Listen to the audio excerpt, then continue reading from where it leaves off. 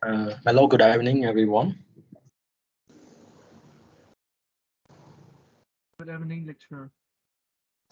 Okay. Uh, so I think you may actually know that for this semester we do have to study online until there is notification, okay, from the uh, RUBP. So we do not know yet, okay, when, but I hope it maybe soon we can go back to the physical classroom. But until then, we have to struggle, okay, again with the online. But I think you already went through the online for last year. I think maybe you already familiar, okay, and you may know that there are things uh, that that is benefit and there may be difficulty also, okay. So today I will be okay from now on for this semester. I will be your lecturer for the subject IE 405, which is the International Monetary Economics. Okay. So for the first session meeting today, what I'm going to do is to first I will. Hello everyone, can you hear me well?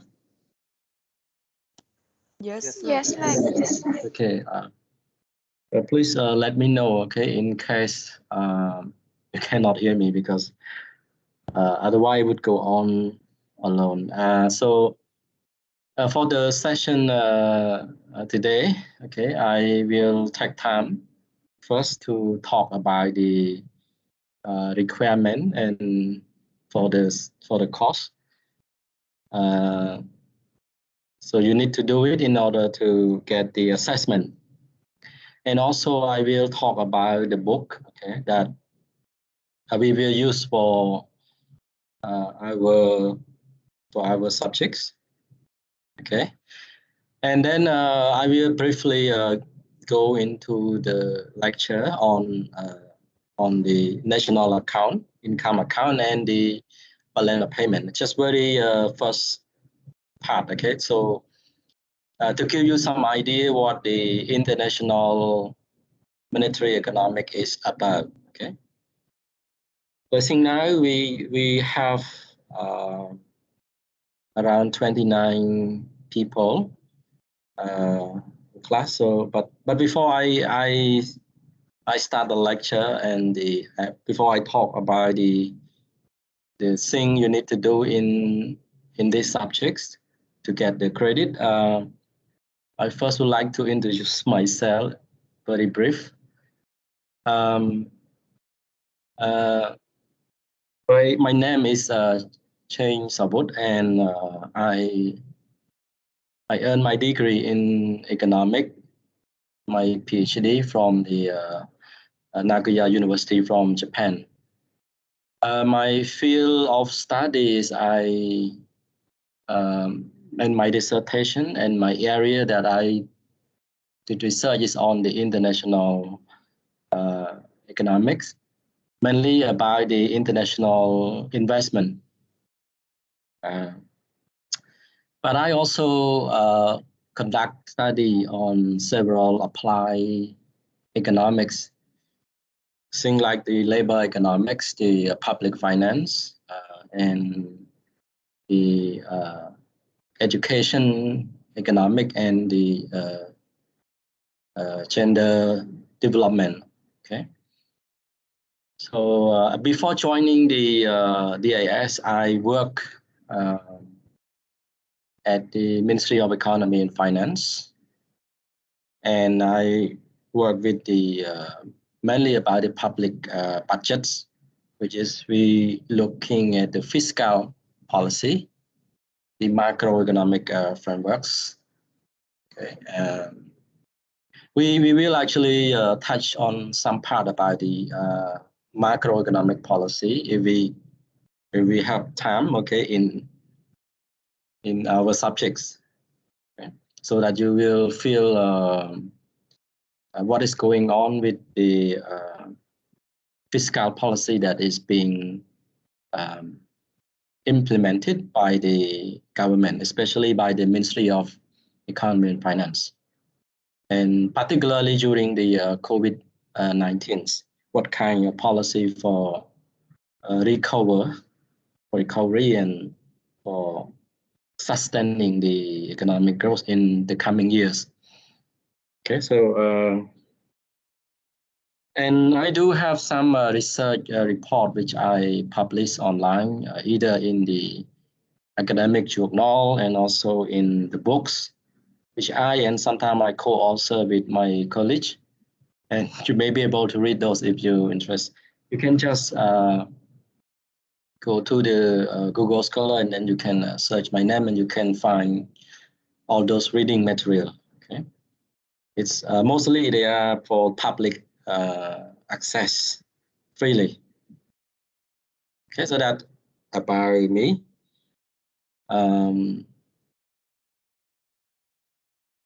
So and before I start this, as I always the approach that I take, okay, for the communication between student and me, okay. Generally, you can we can communicate, okay. Of course, you can send me the email, okay, or if you or you can actually use this Microsoft Team chat box. You can also send me the message. So during the lecture, in case that you have questions, or you may have any problem or you have any difficulty, okay, you can communicate using the chat box, or you may send me the email, okay, if there's a lot of things and you think it's better to send in a package, okay, so you can send me the email. One more thing is that during the lecture, in case you don't understand the key term or anything, you can stop me and you can ask the question in the middle of the lectures. Okay, so that is the approach that we will communicate with one another. Okay. For the other thing, okay, we will talk when we look at the syllabus. So that is the brief introductions. So let me share you the syllabus for the subject. So I can share you the books that we will use, and the other thing that you need to do in order to get the credit from the subjects.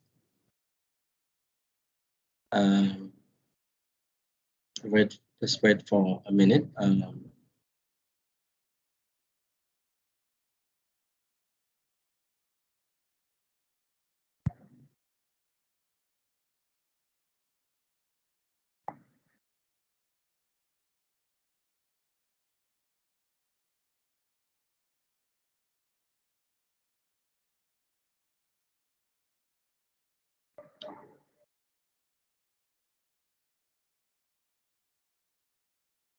Okay. Hello everyone. Good evening again. Can you see the screen on the PDF file about the course syllabus? Yes, Professor. Okay. So this is the course syllabus for our subjects, and I also upload it into the Microsoft Team channel, so you will be able to read in detail. Okay. So I'm not going to talk in detail, so I would like to skip to the main point, okay, in this syllabus. So first of all, I like to talk about the books, okay, that we will use. for our subject. So the textbook that we will mainly use for our subject is the international economics, the theory and the policy, which is the author of the book is Paul Krugman and his colleague. Okay. I think this book is one of the popular and books that being used widely around the world. And because Paul Krugman is the one who win the Nobel Prize in his contribution about the international trade and the gravity equations. Okay, so we will use this book as our main textbooks. By the way, the book is very thick. I mean, hundreds of pages. Okay, 500, more than 500 pages. And the book is actually split into two big parts. Okay. The first part is the. So let me share you the. I think I have the cover of the book here. So this is the book, okay, that they use. We use the latest editions that I think the book may be available at the library, or you may find way to get it. Okay, so we mainly use this book. The book actually contains two big parts. Okay, the first part, which is from chapter 1 up to chapter 12, the book actually mainly focuses on the international trade theory. Okay, which I think you will study with other lecturers. Okay, for our subjects IE405, we will study for the second part of the book, okay, which is from chapter 13 to the end of the books. Okay, so the second part of the book is looking at the international monetary economics, or the international finance. So that's what we will study. Okay, so we will begin our first chapter from chapter 13, from the second part of the books. Okay, so that is the book that we will mainly use it. Okay, so I would say that you must have one, so you can always refer to the book for readings. You can read it in advance before you joining the class. Okay, so you can have better some concept. The book is actually one of the very popular, and it have a lot of translation. It do have translation in Chinese, in Japanese, and in several languages, because it's one of the very best popular books. Okay, but I would encourage you to read the book first, and then you can make assessment by yourself, because only you who experience reading, and then you can know how good is the book. Okay, because sometimes if I say it's good, okay, in terms of the language, in terms of the way the author write, it may not be the style you think is a good book. Okay, so I invite you, okay, to read it, and you make assessment and judgment by yourself, whether it's a good book or one of the complicated book. Okay, so that is the book that we will use for. So we already referring to this textbook. Okay, along the way. In addition to this book, there's other material that you may be able, or you can refer to if you're interested. These books are very specific for the international finance and international monetary economics. Okay, and they call it the handbooks, but it's very actually technical, but they have a lot of interesting concept. Okay, it's a collections of all ideas about the international finance and international monetary economics. Okay, that is highly technical. Okay, So this is only for those who actually want to have a big picture. What is actually the latest development in the field of international finance? Okay. So that is the book, but mainly we will always referring to the Paul Krugman's The International Economic as our main textbook. And for the course outline in the class, you can referring into the syllabus. Okay, we will follow that one by one. Okay, so that is the book. So would you have any question regarding the books? Please let me know. Oh, by the way, who is the class monitor for the class IE 4.4? Hello, like I'm the class monitor. Dalia, right? Yes, like. Okay, so I will actually communicate with you later. We have a lot of things to work together. Okay, so that is the book. So the next thing I want to talk is I want to take you back to the syllabus again.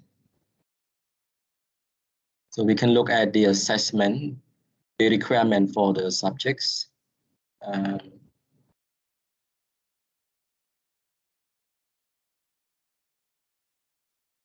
Okay, just wait a minute. Okay, so this is the requirement that you will have to do in order to earn the credit from subject IE 405.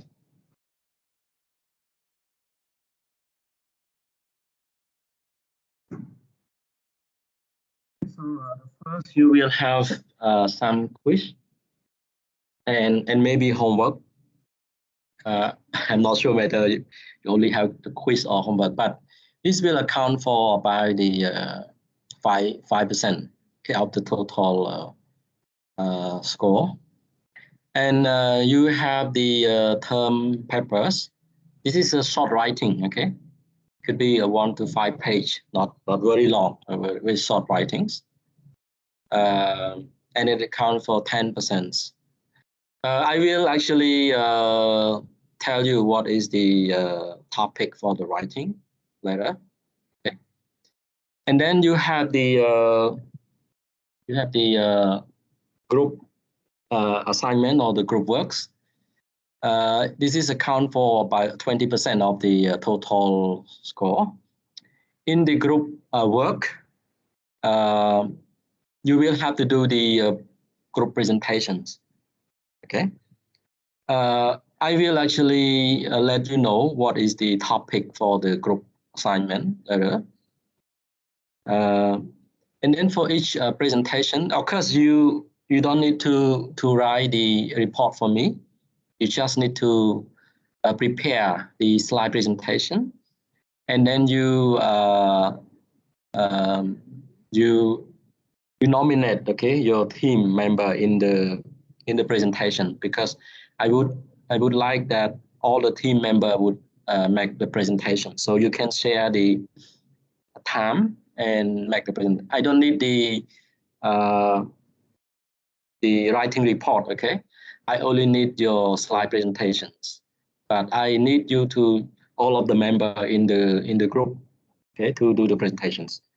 And after the presentation, we have some group, discussions. When each group actually finish the presentation, they would have to propose one questions on the topic that they are presented. Okay, they are presenting, and then I will prepare the breakout rooms. I split people in the class, and I will put the presenter group in each of these breakout room, so they can support and coordinate the discussions in order to answer the questions. So each group is required to make presentation and to propose a question for discussion. Okay. I will provide you detail about the subject, the topics, and also the way that you have to do, okay, with the group work, okay, in the group presentation. Okay, and then we have the midterm. Okay, midterm is about 20%. I will inform you, okay, in advance when will you have the midterm, so you can have. I will also provide some advice on the preparations. Okay, I'm not going to give you the question in advance, but I can give you some advice on the preparation on the point, which is you should read. Okay, you should prepare for the exam. Okay, and lastly, we have the final exam. Okay, as you already had for the other subjects. Okay, all the students need to have the final exam. Okay, so that is the requirement that you need to do in order to get the credit from this from my my subjects. So would you have anything or any point you feel that you want me to explain again regarding this kind of assessment? Please let me know.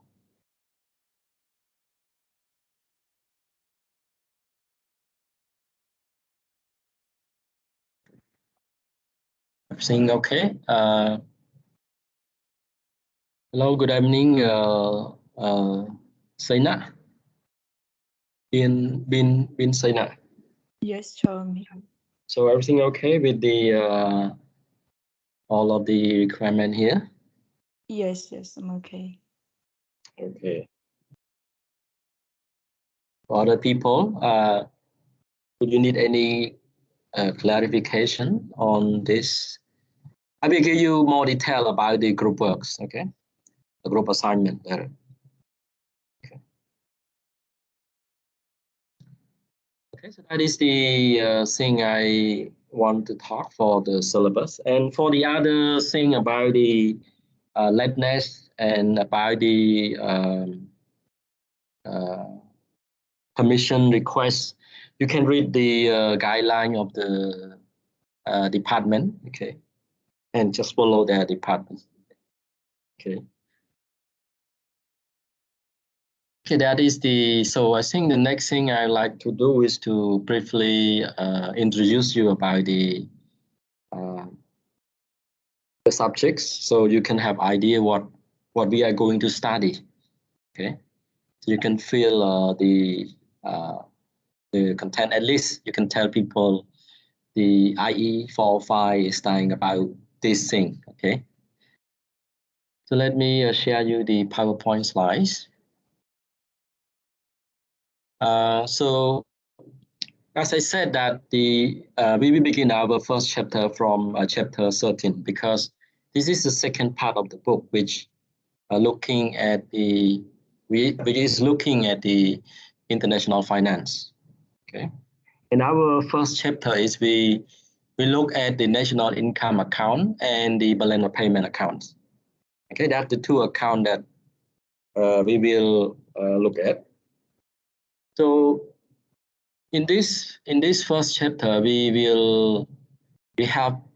need to accomplish a few of the listed objectives.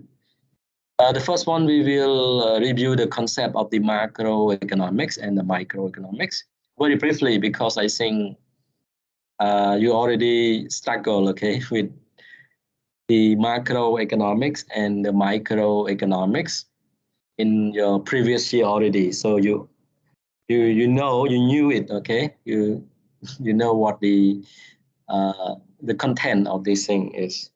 So I'm just provide just a review on that thing very briefly.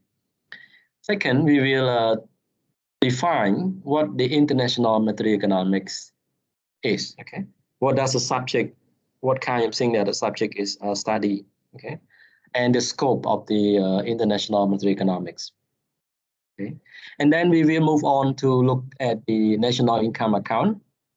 Okay, what is that account is, what that account keep record of, what does the account give us information, what kind of useful information we can learn when we're looking at the national income account. Okay, and then we will discuss the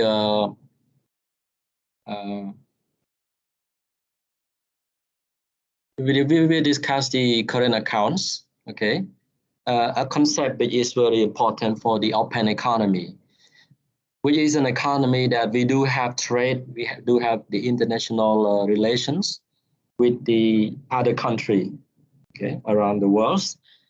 So we look at the current account. What does current account give us information? What kind of information that this current account is giving us? Okay, so that the thing we will discuss. Then we will continue to investigate the balance of payment account. Okay? What does it store information? What kind of information is being stored in the balance of payment accounts? What kind of usefulness we can have when we look at the balance of payment accounts? Okay? And then we will continue to talk about the official reserve account, or sometimes we call the foreign reserve, which is one of the very important ingredients being used by the central bank, the National Bank of Cambodia, the NBC, which is doing in order to influence the economics, okay, especially the macroeconomics and the exchange rate on the market. Okay? We will actually see what are the information that is being stored in the official reserve account. Okay, and how useful is the foreign reserve? Why do the central bank need foreign reserve? Okay. Lastly, we will actually look at the balance of payment for Cambodia together. Okay, we're looking at each items to see what is the condition and the situation of our countries. Okay, when we do have the international relation with the rest of the world. Okay, what are the financial situations of our countries? Okay, so that's what we will go on in these chapters. So let's begin by briefly looking back a little bit at the macro and the microeconomics and the definitions of the international monetary economics. I think the best way to define economic is to economic can be defined as the study of the resource efficiency, okay, the equities and the sustainability. I think for every questions that we can actually answer by using the economic approach is that we looking at the efficiency, okay? For example, in microeconomics, you learn already about the supply and the demands. Okay, you can see that sometimes we may produce too much supply. Okay, or sometimes we may have too much demands. Okay, so how could we actually produce? We don't produce too much and we don't produce too little. Okay, so that is the idea of the efficiencies. And in every decisions that we make, economic is about efficiency. But in addition to efficiency, the economic also answering the question about equities. Okay, so we look at the whether resource is being distributed fairly. Okay, is it only benefit to the poor or is it benefit to the rich as economy keep growing? Okay, is it the tax system is actually fair enough? Okay. So that is the equity. So we see that in economic, we mainly, every question is always about the resource efficiency and equities. Okay, but in today's world, I think the other thing which is also quite important is sustainability. Okay, sustainability. So you need something that can sustain in the long term. Okay. So for every decision you made, it's just not for today. You have to think about the next 10 years, the next 20 years. What will you have? If you do business, you don't want your firm to grow in just 1 or 2 years. You want your firm to grow and stay in the market for the next 50 years or maybe 100 years. Okay, so into looking at the sustainability, if you talk about the energy resource, okay, like the electricity, okay, we actually need energy that can be sustainable in the next centuries. Okay, so we still have it for supporting our living, supporting economic activity. Okay, so that is the thing about the sustainability. Similarly, we're looking at people, let's say populations. Okay, we also need labor force. We need workers. Okay, you cannot have economy without worker, without people. Okay, some country like in China, in Japan, or even in the US, they are having difficulty in having the working age population because their people is growing old. Okay, taking for example of country like South Korea, they are in need of workers. Okay, so they need to import labor from the developing country like Cambodia or Vietnam or maybe in Philippines. Okay, this is because they need labor. So you want a sustainable for economic to grow in the next 50 years. You have to think ahead of whether you have your labor or not. And if you don't have enough labor, what kind of thing you're going to do so that your economy still be able to produce, to generate income for your people. That is the sustainability. So I can say that economic is the study of these three things: the efficiency, equity, and the sustainability. Okay, and as you already learned in the previous year, the two big branch in the economic is the macroeconomic and the microeconomics. The macroeconomic is the branch of economic that concern about the large scale, the aggregate level. I mean that we talk about the total, okay, the total productions, the total investment, the total export, the total business, okay, total labors, okay, the total tax payments. Okay, so everything that at a macro scale.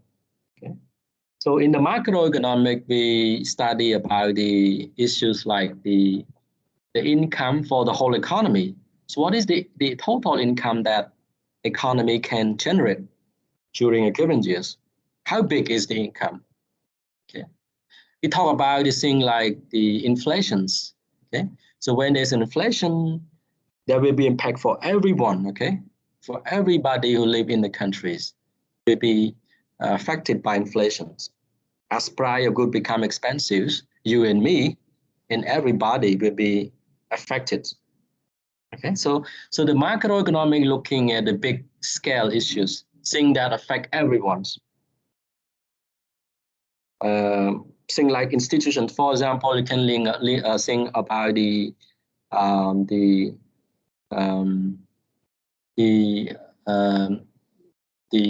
let's say that about institution, like say we have a new law that require that all of them will need to go online, okay, using digital technologies.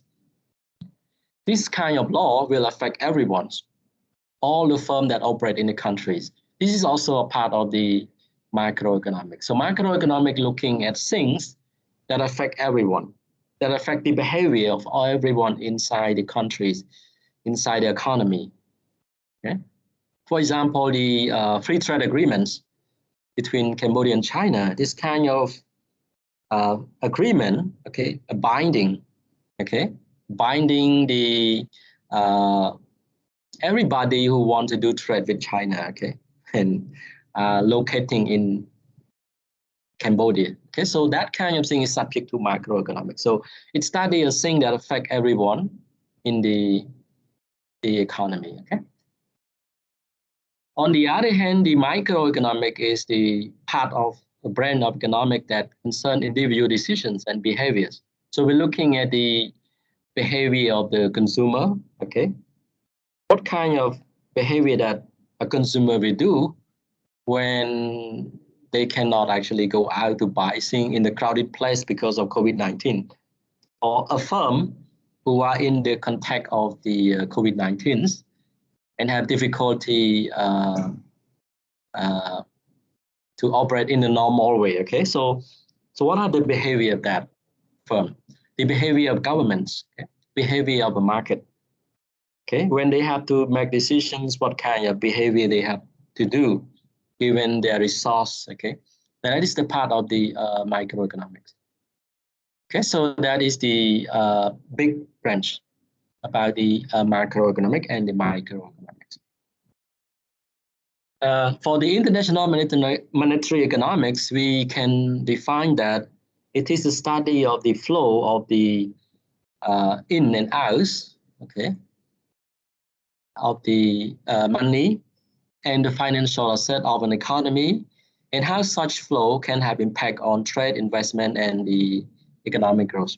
Okay, so the subject that you will study in IE405 is that we're looking at the flow.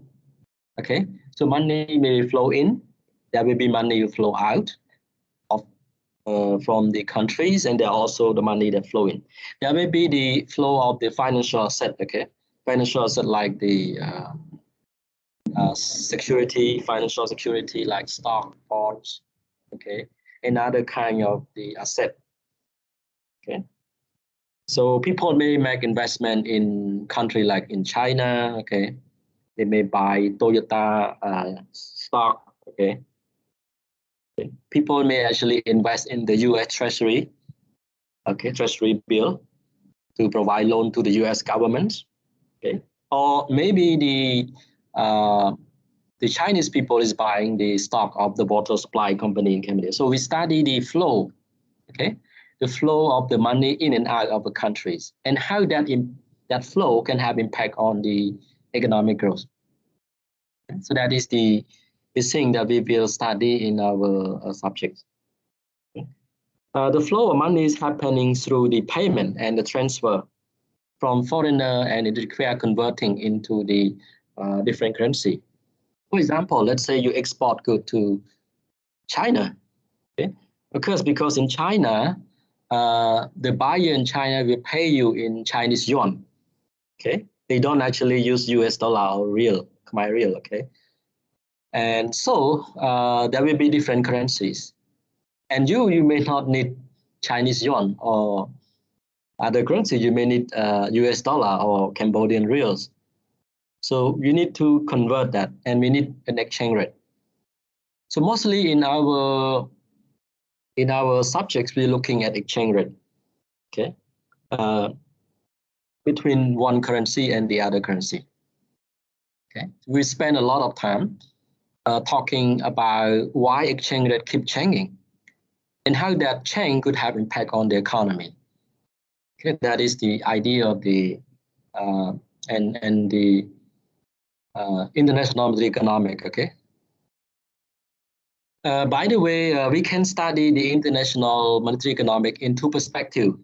We can study it from the micro perspective or from the macro perspectives. From the macro perspective is that we're looking at the impact of the flow, okay, of the in and out of money and the asset, okay, on the whole economy. Okay, that is the macroeconomic perspective, macroeconomic view. Okay, and that's what we will use in our subjects. Okay. However, we can also study the international monetary economic from the microeconomic perspective. In other words, you can think, let's say you are doing business, you are operating a firm, okay, and you want to export to, let's say, South Korea, okay. So you may have some problem, some difficulty, because when you sell your product in South Korea, you get the Korean wons, and then you may need to convert that into US dollar or Cambodian real. And when exchange rate keep changing, the value of your revenue maybe keep changing. It may cost you, it may give you small amount of equivalent US dollar return or Cambodian reals. So from a point of view of the microeconomics, you may find way, okay, in order to operate your business, okay, so that you can make the best use on the efficiency and the growth of your company. Okay? That is the microeconomic perspectives. So I want to highlight and mention from the beginning that we will looking at the flow of this money, okay, but from the macroeconomic viewpoint, because we're looking at a policy at the country level. Okay. I think in the next semester you will have another subject which looking at the international economic, but from the micro perspectives. Okay, from a firm which is operating in doing international trade or investment with in the other countries. Okay. So I highlight again that we're looking at this flow of money, okay, from the macroeconomic perspective. So I like to stop here, but I prefer if you have any question regarding any key term or the point that you need me to explain again, please let me know.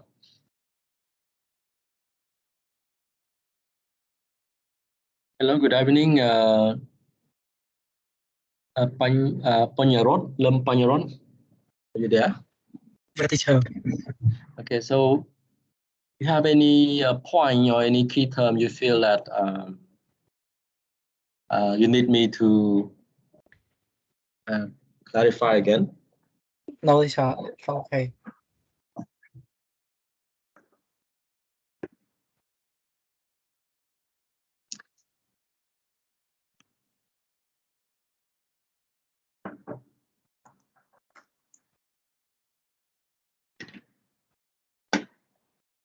Sure, I have a question, sure. Okay, yes, go ahead. Sure, so when we transfer money in and out, we need to convert into convert it by exchange rate, right, sure? Right, yes, we need to Yes, convert. so how does it related to purchasing power, sure? Yeah, of course, that's when the exchange rate keep changing, okay, it can make the currency of one country become more valuable. It can also make the value of the one currency become less valuable. So it's depending. And in our subject, we're looking at how that effect is happening. And true, when there is a change in the value of one currency, it will affect the purchasing power, okay, of that currency. Okay, we will have a chapter that we're looking at this purchasing power when there's a change in exchange rate. Okay, so let's say, for example, you want to invest in China, you want to build a coffee shop. Okay, you want to run a coffee shop in Beijing, right? Want to operate there. Well, of course, you need to buy the machine, right? The coffee machine. You need to have a building, okay? And in order to buy machine, and you need to hire the worker, maybe the Chinese worker, and you need to pay them in the Chinese yuan, okay? So you need to have some Chinese yuan for your business, for operating your business. And for now, you only have US dollar because you are in Cambodia, right? So you need to convert your US dollar or your Cambodian rate into Chinese yuan. So you can spend it for your investment in Beijing, in China. Okay. But let's say that the Chinese currency become expensive in comparing to the US dollar. Then you would need to have more US dollar in order to buy enough, to convert into enough Chinese yuan in order to operate your business in China. Okay. In other words, it affects your purchasing powers. So we will talk about that relationship between the exchange rate and purchasing power in detail in the subsequent chapter. So don't worry, we will be there. Yes, sir. Thank you, sir. Any other questions? Excuse me, like Yes.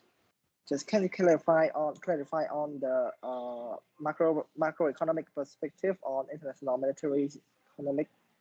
Because I didn't catch it up. Okay, very good questions. So as I say that when we talk about the international flow, I mean the flow in and flow out, right? We can take two perspectives. Okay, one perspective is that you can think of yourself like a policy maker. Okay, like you represent the government. Okay, and you want your economy to grow, right? You want your economy to produce, to have more income, to have more job, to have more productions, right? So when there's a flow in and flow out of this money, there will be impact on the economy. Okay, so the macroeconomic viewpoint is that you put yourself as the government, maybe like a government, to think of how could I make the best use in order to ensure that the flow of the money and the flow of the financial asset is supporting the economic growth for my economy. Okay? So that is the macro economics perspective. Okay, Visa, that is the macroeconomic perspective. So in this chapter, in these subjects, IE405, we're looking at the how when Cambodia engaging, okay, of course we are part of the globalized world. We do have international trade with the foreign countries. We export, we import. Okay, we also go out to invest abroad and abroad. We also receive the foreign investment in the countries. So we do have money flow in and flow out. We also have people who may want to get medical treatment overseas. Okay, and so we have do export of goods and services. Okay, and we also make investment. Okay, so a macroeconomic viewpoint is that we're looking at this kind of flow. How would it have impact on the whole economy? It affects you and me and everyone. Okay, that is the macroeconomic point of view. However, the international monetary economic can also looking at from the micro point of view. Okay, that's particularly, let's say you are a firm. Okay, you are running a firms in China. Okay, you say that you know that you are going to run a coffee shop in Beijing, okay, and you need Chinese yuan. Okay, but your business will start in next year, 2022. So how much money will you need it? How much Chinese yuan you will be needed? Enough for operate your business? We don't know, because next year Chinese yuan may become very expensive, and you may need to use a lot of US dollar or Cambodian real in order to convert into Chinese yuan. Okay, so we don't know. We face an uncertainty. If the Chinese yuan become more expensive, then you may need a lot of US dollar to exchange into Chinese yuan to operate your business, and that would be very costly for you. And if it turns out the Chinese yuan in next year would become much cheaper, then you may need to spend very small amount of US dollar to convert into the Chinese yuan, and you can operate your business in China at low cost. Okay, so that is the so what kind of strategy that would be good for you as a firm who are operating in an international environment? Okay, so the microeconomic point of view is that we're looking at the behavior of firm, behavior of a consumer, behavior of an entity. Okay, what are the best strategy for them? Okay, in the context of the international flow of the money, okay, in and out. So I hope that maybe allow you to see the difference between this the macro approach and the microeconomic perspective approach for the international monetary economic. By the way, in our IE405, we're looking from the macro point of view. Okay.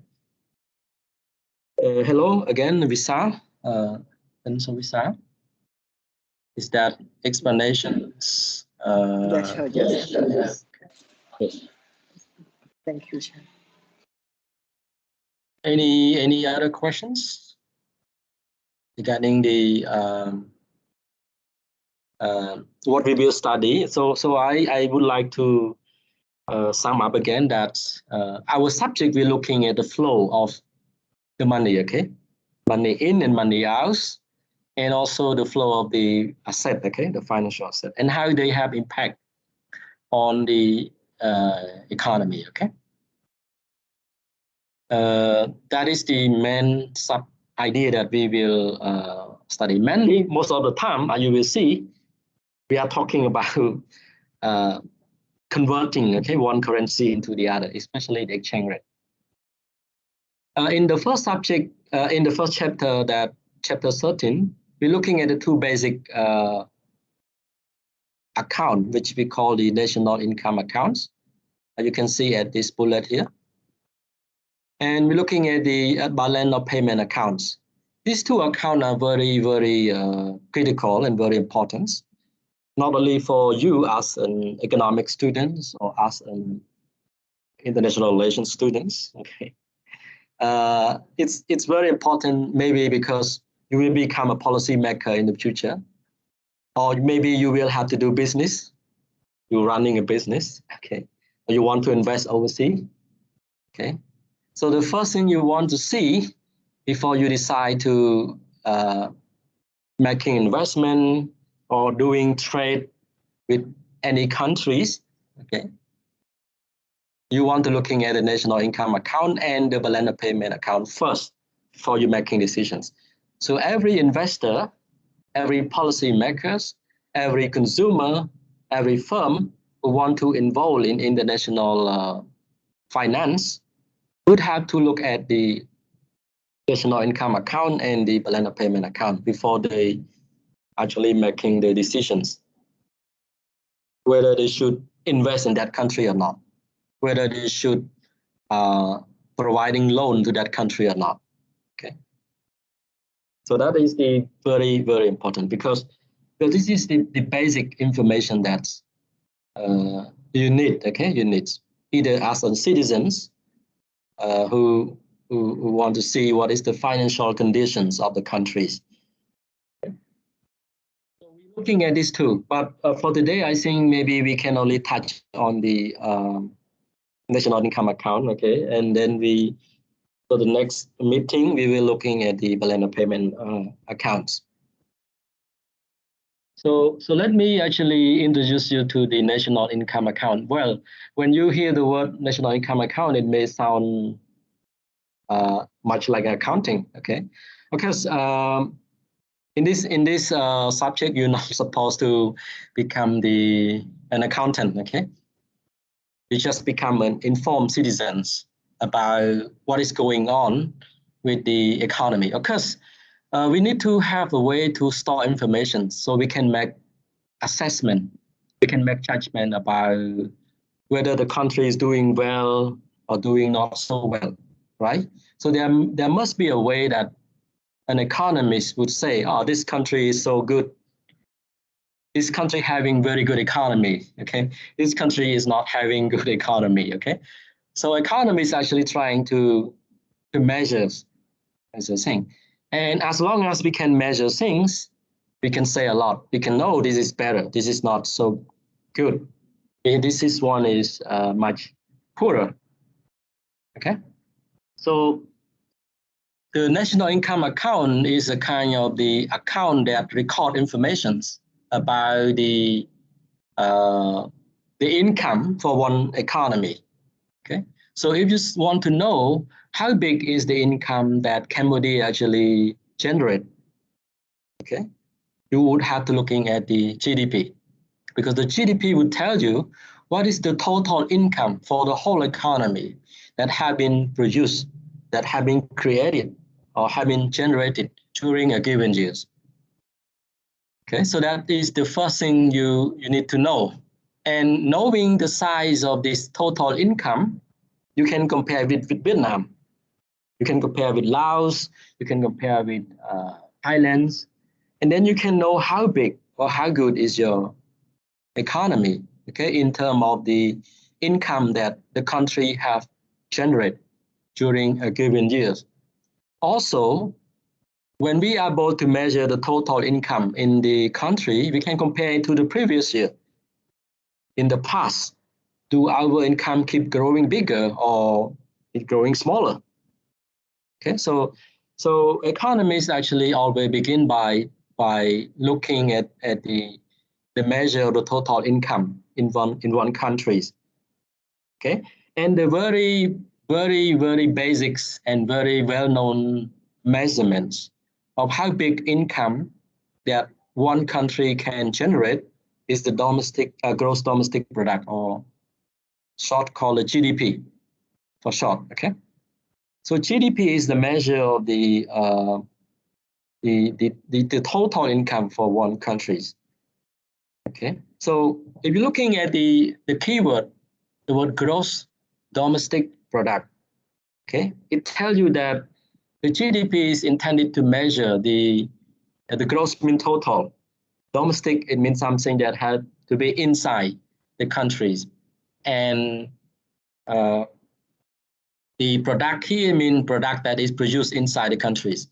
So basically, the idea of the GDP is that it has been created in order to measure the value, okay, the value of all the good and the service that one country produce, okay, the market value, okay. So as you can see here is the definition is that the value of all final good, okay, final good. I highlight the word final here. Final good and the final services produced by a country, okay, and sold on the market during a given period of time, generally during a given year. Okay, so that is the idea of the gross domestic product, or GDP. So GDP measures the market value of all the good that one country produce during a given year.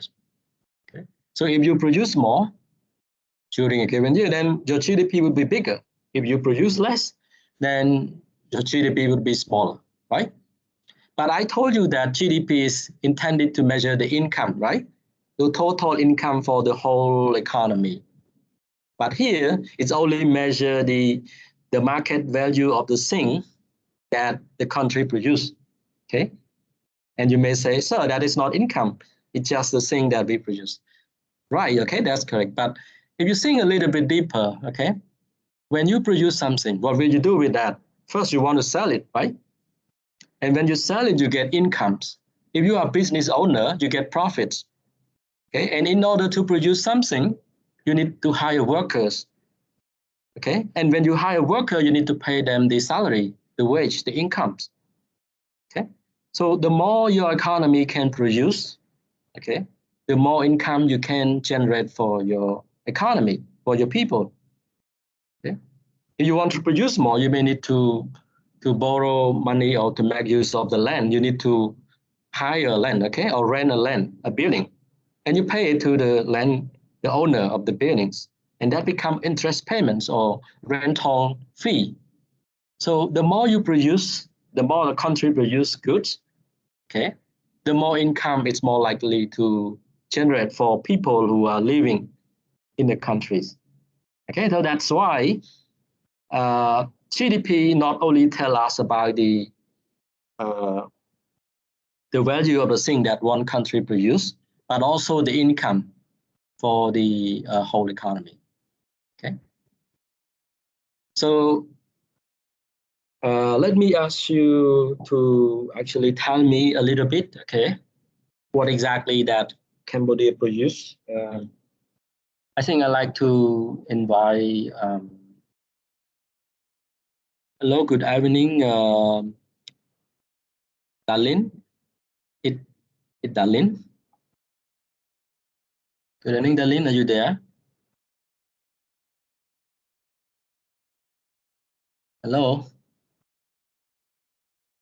Okay, maybe it's not there. Good evening, Moni, in Moni. Hello. Hello, Mani, are you there? Can you hear me? Like yes. Yes. Okay. So as you can see in my explanation is that the GDP is actually measure the market value, the value of the goods and the service that a country produce. Okay. So can you give me the example of the good that our country produce?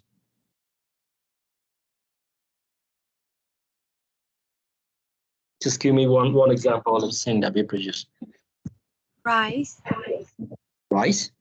Yes, very good. Rice. Okay. So we do produce rice and then we do sell it. Either we sell to the people or the consumer inside the country, or we may export to the foreigner who will buy it.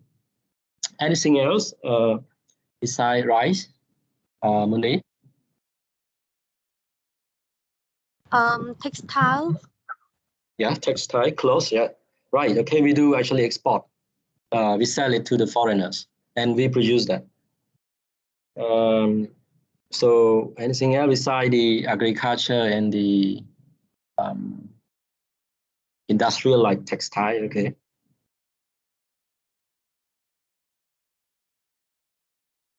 Okay, thank you, Monique. Let me ask other people.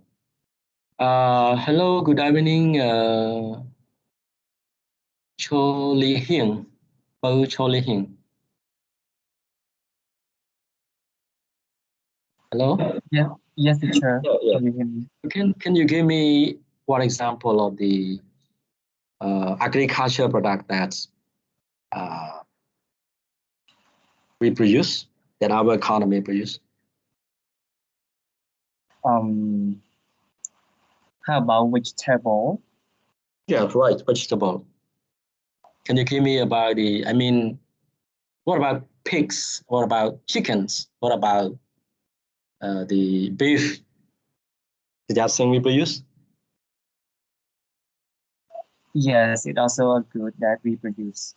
Right, we produce.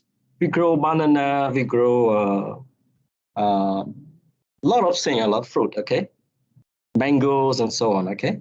These are all the things that we produce. So that thing, when we sell on the market, it has the market value. So GDP is just the add up of this market value of all this good, okay?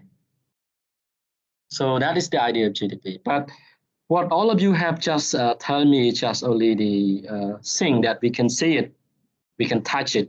We call it the goods, okay? Because it have physical appearance.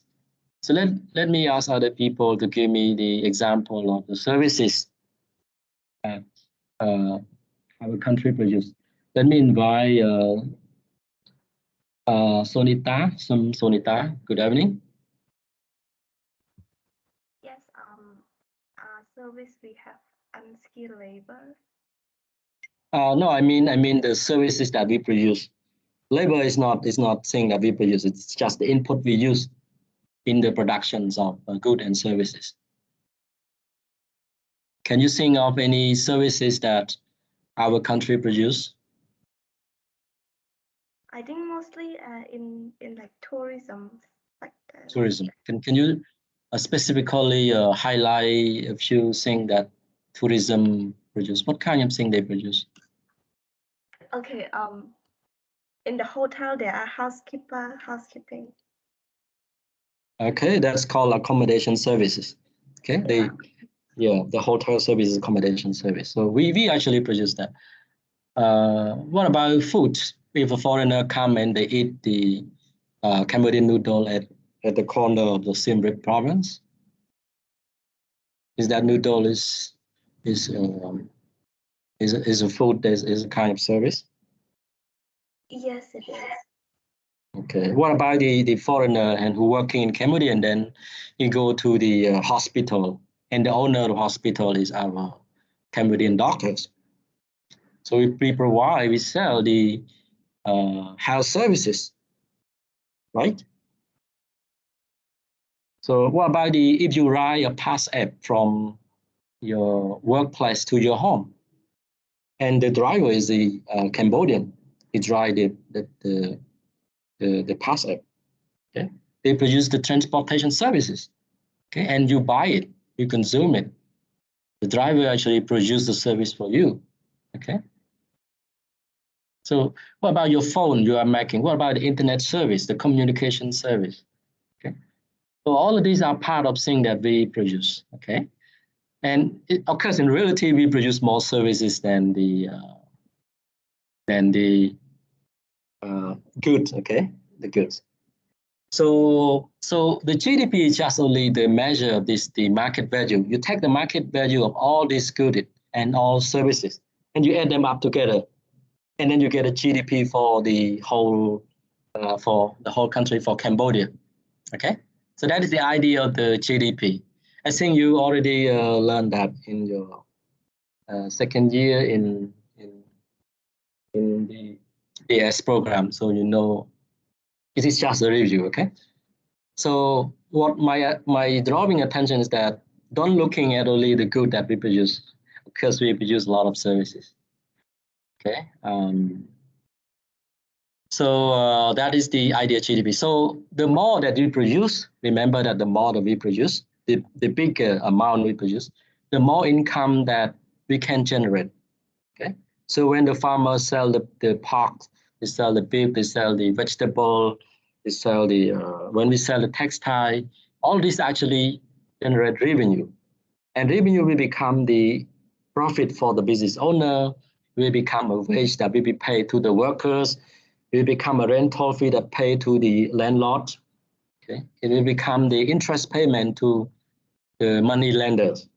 So the more thing that you produce, the bigger your GDP is, the more income that your economy is likely to have.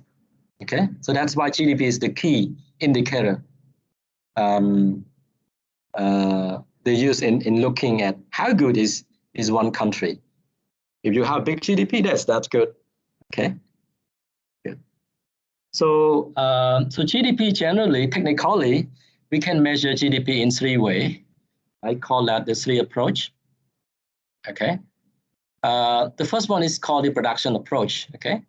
The other is called the income approach, and the last one is the expenditure approach. To give you an idea, actually, looking at example here. Let's say, imagine that your country produce only 3 cars. Okay. Let's say you did not produce anything else, only the 3 cars, and the total when the car is being sold on the market value is of the car is $300,000. Okay. And that is so if we measure the GDP from the production approach, this is the market value of the thing that we produce. Okay. So that is 300,000. So the GDP for the country is 300,000. But we can also measure this kind of GDP by using the expenditure. Let's say a firm buy 1 car, and household buy 1 car, the government buy another car. Okay. So when the car is being sold, then people will buy it, they spend it. Okay. And if we pay the total market value of the car that is being sold on the market, that is the price of the car that's in the market. So the spending by firm, by household and government, okay, will become the total expenditure. The total expenditure will be 300,000 because the market value of the car that being produced is 300,000. Okay. So that second bullet is the expenditure approach. The last approach is called income approach. So when the seller of the car, okay, get the revenue from selling the car to the firm, to the household, to the government, he will pay that money to the workers, okay, because he hired the worker to produce the car. He may pay the rental fee to the lenders because he may rent the building, okay, or he may pay interest payment to the money lenders, and he may keep some profit for him because he's the owner of the business. And if you add up all this is from the total revenue of 300,000, you get the revenue in the country is 300,000. Okay, so the 3 approach will give you the same answer. So looking at the total income in one country. Okay, that is the idea of the GDP. Okay, so if you be looking at the UN, United Nations, or the ASEAN and other organization, the first thing we want to look at is to looking at the GDP, because we want to know how big is the income that the country generate income during a given years. Okay. So that is the idea of the GDP. So when we talk about the national income account, okay, there are many ways to measure the income in the countries, but the very, very popular way is to think of the GDP. Okay. The other alternative related concept to GDP is called GNP, okay, the gross national product. So when I'm talking about the GDP, we are talking about the value of the thing, of the goods and the services that being produced inside, okay, or domestically inside the countries. Okay? So whatever is being produced inside the country is a part of GDP. We don't care who produce it, okay, as long as it produced inside the country. That is GDP. However, if you are very nationalistic, you want to care only, well, that produced, but it's not by my people. It's produced by the foreigner. Okay, let's say a Chinese who selling Chinese food. Okay, Chinese restaurant selling Chinese food. That is not Cambodian. Okay, so the food is being produced inside Cambodia, but it's not produced by the citizen. If you really want to focus only on the good and the services that's being produced by your people, by your citizens, you can use the GNP. Okay? GNP. So GDP and GNP are very quite related. The difference is that GDP does not care about the nationality, okay, of the producer, but the GNP does care. Okay, GNP only care about the the citizens of the countries. Okay, so that is the difference between GDP. I think I'd like to pause my lecture at this point, but I think if you have any point, we will keep discussing more about the GDP and the balance of payment in the next meetings. But I think I better stop here. I don't want to put you a lot of, almost 1 hour. So I think that's suitable to stop it. So would you have any point you want me to clarify again regarding the GDP and the national account, please let me know. Hello, good evening, Dane, Cao Dane. Are you there? Yes, hello, lecturer. So any question regarding the GDP and its related concept? Any point you feel you want me to clarify again? I'm fine with the rest of it, lecture. Thank you. Okay. Other people, any question regarding this the concept of the GDP and the GNP? Okay. Teacher, I have a question, teacher. Okay, yes, go ahead. Teacher, if the GDP is weak or strong in measurement of national welfare?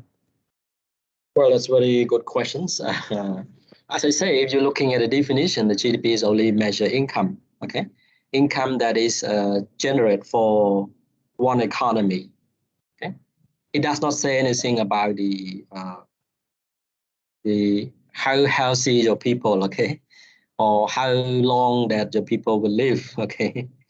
Or how educated is your people, okay? But it just tells you how much income that the country is being generated, okay?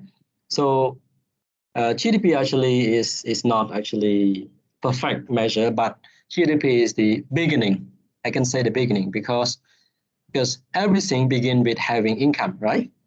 If you want to go for more education, you need to have money. If you want to have a good healthcare, okay, when you get sick, you want to live healthy, you need incomes, right? you want to have better educations, you want more freedom, more respects, then the first thing you want to have is to begin by making your people have more income. Either you have more salary, either they have a good business producing higher profits, okay, or any other source of income they are growing bigger. That will make the GDP grow bigger. Okay, so what I can give you is that GDP is not perfect, but it's a very, very important, very beginning points, because it tells us about the incomes. But income is not everything about welfare. Well, you can become a billionaire, but maybe you're not happy, right? Because you're sick, you're living with chronic disease, or you cannot read, you cannot write because you are illiterate. When we talk about welfare, we have to be very careful, because the welfare would including several other things. Having a good well-being does not mean only income, but having income is just the beginning. Okay, so in the international perspectives, GDP is the beginning comparisons for the policymakers. Okay, you always want your country to have more income first. Okay, and then when you have more income, you start to think improving education system, having people more educated, improving health system, having hospital that have enough hospitalization, like they can have beds, doctors, nurse, technology, okay? And then you may want the people to have more freedoms and so on, okay? So GDP is just the beginning, but it's not everything, okay? But you need to have that, okay? Because it's beginning. So UN, even in the IMF, the World Bank, okay? You're looking at them, what they want to see about the country is to looking at their GDP first before they're looking at other thing else, okay? Panyarot, is that answer your questions? Yeah, thank you, teacher. Okay.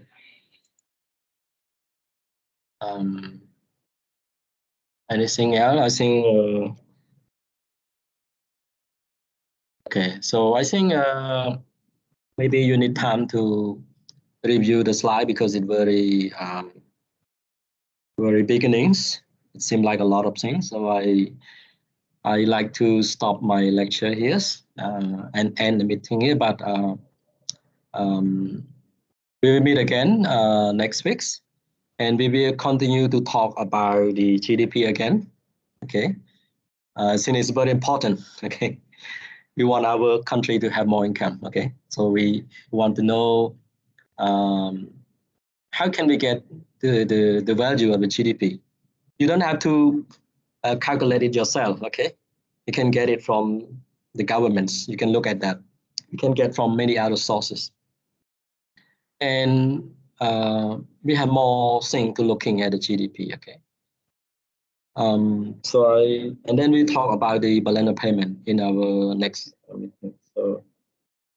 So I think that's enough for this evenings. So I like to end the meeting here. By the way, I already upload the slide PowerPoint in the Microsoft team in the channel. You will be able to download it. Okay. Okay. So I'll see you again next week. So enjoy your evening. And one more thing is that I will, for the group work and other term and the term paper, I will inform you later. Okay, I will inform you later how to do it. Okay, so I think I like to end the meeting. Yep. Yeah. Teacher, did you take attendance yet? No, that's okay, because I have you in record in the meeting. I can know who participate and at what minutes, because the Microsoft team actually report me. Okay, I can see that. Teacher, I have a Okay, thank you. Yes. one of our Anything else? yes, one of our classmate is not in the class. She Darwin, can you speak louder? I cannot hear it. yes. Oh, well. One of our classmate is not in the class, and she requests me to add her into the class. Okay, you can send to my chat box. Okay, in the Okay. Yeah, I added also. Okay. And also Dalia. Dalia, are you there?